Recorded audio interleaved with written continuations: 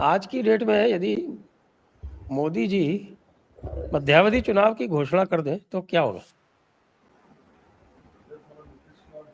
Sir, आज की तारीख में मध्यावधि चुनाव का मतलब है वापस 350 सीट,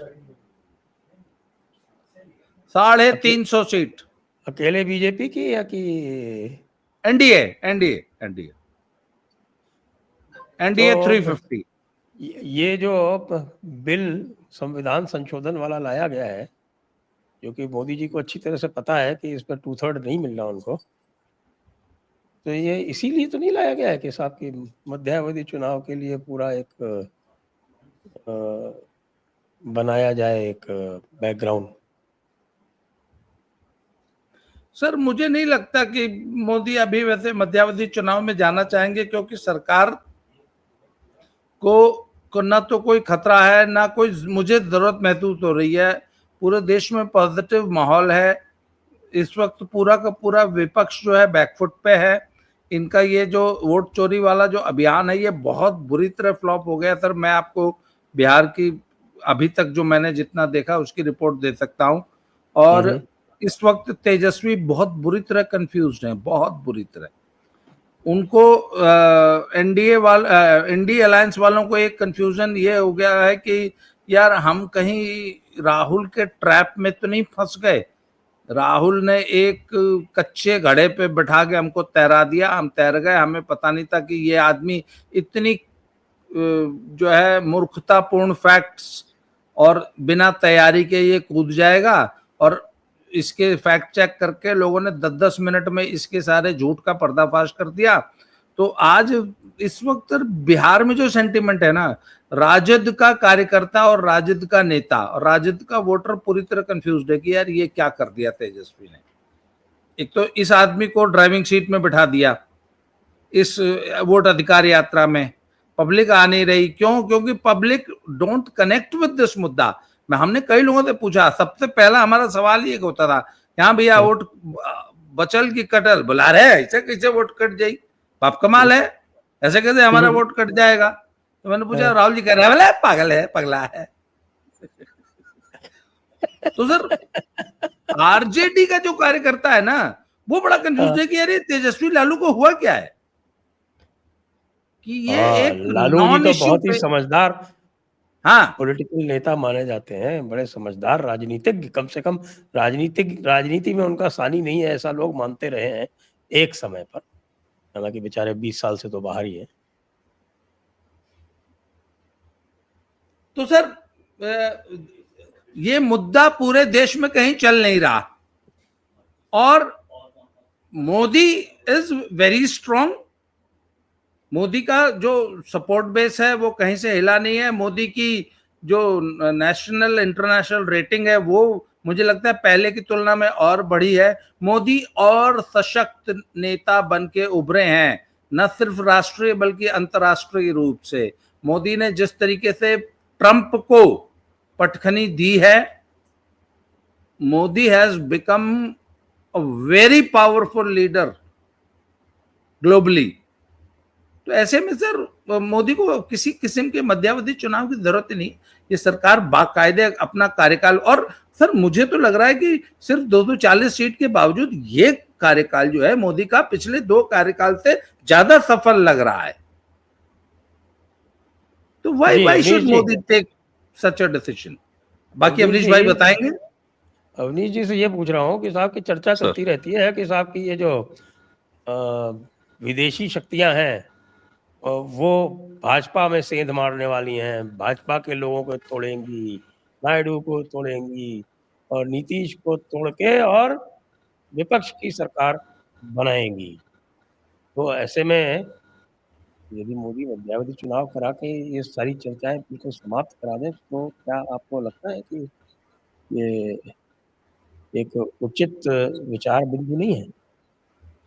जी सर, अगर आप ये कहना चाह रहे हैं कि ये जो 130वां संविधान संशोधन बिल जो इंट्रोड्यूस किया गया है, इसके जरिए या इस पर पोलिंग करा के और इस पर सरकार की कोई नंबर्स की स्थिति क्लियर करके और वो मध्यावधि चुनाव के लिए चले जाएं, तो सर ये बिल मोदी जी विपक्ष को बेइज्जत करने के लिए लाए, और जिसको कहते हैं कि मतलब बिल्कुल बीच शरेआम चौराहे पे पूरे देश के सामने आप कल्पना कर लीजिए कि पूरे विपक्ष को वो संसद चौराहे पे, संसद मार्ग के चौराहे पे खड़ा करने वाले हैं, और कर दिया उन्होंने, और एक एक कपड़ा उतार के बेइज्जत करने का ये बिल है।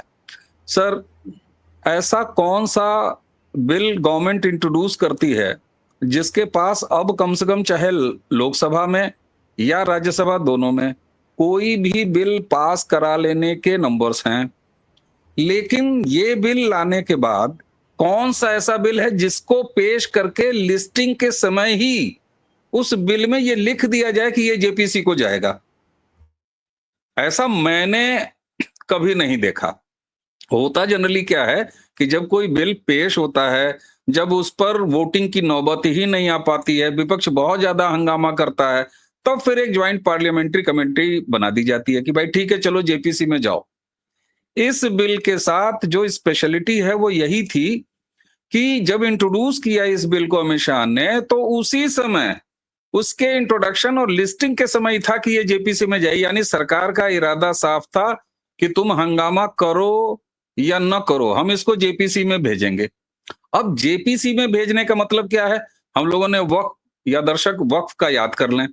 जेपीसी एक मिनी संसद होती है, संसद में तुम कार्रवाई चलने नहीं देते हो, हंगामा करते हो, बहस-उल जलूल होगी, चुम्मा चाटी के एक्शन करेगा राहुल गांधी, कभी हाफ पैंट और टी शर्ट पहन के निकल आएगा, यानी गंभीरता विपक्ष ने संसद में कार्रवाई या चर्चा की उसको समाप्त कर दिया है।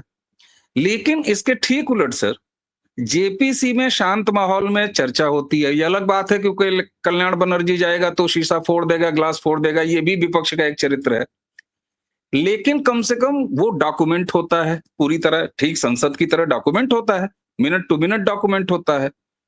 लेकिन इस बिल पर जो ये कहता है कि अगर कोई मुख्यमंत्री, कोई मंत्री, कोई प्रधानमंत्री, बना प्रधानमंत्री एक समय में तो एक ही होंगे, अगर किसी मामले में जेल जाते हैं तो 31वें दिन उनका पद जो है वो समाप्त हो जाएगा, मतलब वहां से हट जाएंगे।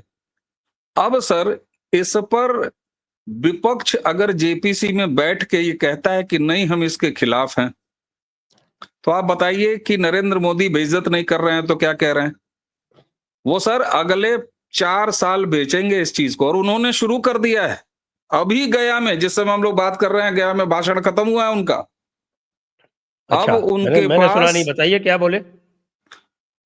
सर बाकी तो वो तमाम बोलते हैं, लेकिन इसको इन्होंने बाजार में उतार दिया कि हम ये चाहते, और बिहार की धरती से उतारा है सर, जहां लालू प्रसाद यादव चारा मामले में जेल गए, अपनी पत्नी को खड़ाऊ शासन दे के गए, लेकिन कम से कम लालू प्रसाद यादव ने ये सुचिता बरकरार रखी थी कि वो जेल के अंदर से जाके सरकार नहीं चलाए, राबड़ी जी को दे गए।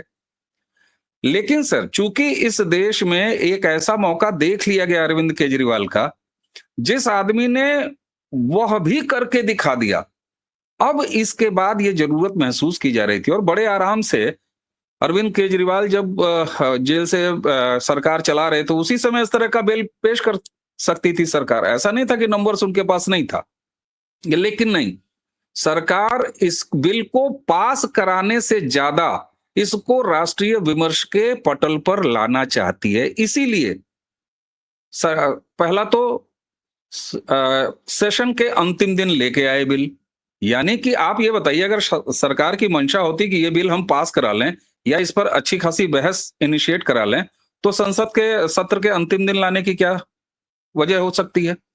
तो साफ है कि ये सरकार एक स्टैंड ले रही है और एक नरेटिव यह स्थापित कर रही है, देश के विमर्श के केंद्र में ला रही है कि देखो विपक्ष भ्रष्टाचार के पक्ष में है, और यहां पर न इनको उगलते बनेगा न निगलते बनेगा। इंट्रोडक्शन के समय ही जेपीसी इंट्रोड्यूस कर दिया और जेपीसी में भेज भी दिया। सरकार को इस बिल को पास कराने की चिंता नहीं है, ये साफ दिखाता है। इसको राष्ट्रीय विमर्श का मुद्दा बनाए, प्रधानमंत्री ने इसका आगाज कर दिया, आज शुरुआत कर दिया।